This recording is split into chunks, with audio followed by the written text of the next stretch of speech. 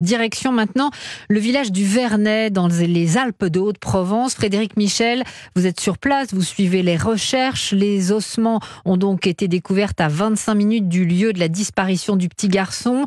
Des vêtements de l'enfant ont également été retrouvés, on vient de l'entendre. Alors qu'en disent les habitants ?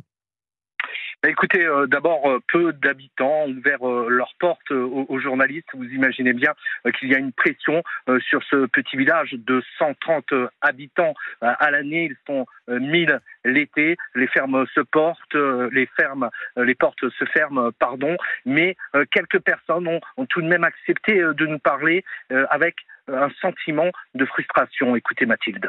Une certaine frustration, c'est le premier mot qui vient à l'esprit. On reste au même point. Certains éléments du discours du procureur font pencher pour la thèse accidentelle, d'autres éléments font au contraire pencher pour la thèse criminelle. Donc finalement, on est sans cesse ballotté d'une position à une autre et on n'a pas vraiment, enfin en tout cas moi je n'ai pas le sentiment d'être plus avancé sur une piste à privilégier.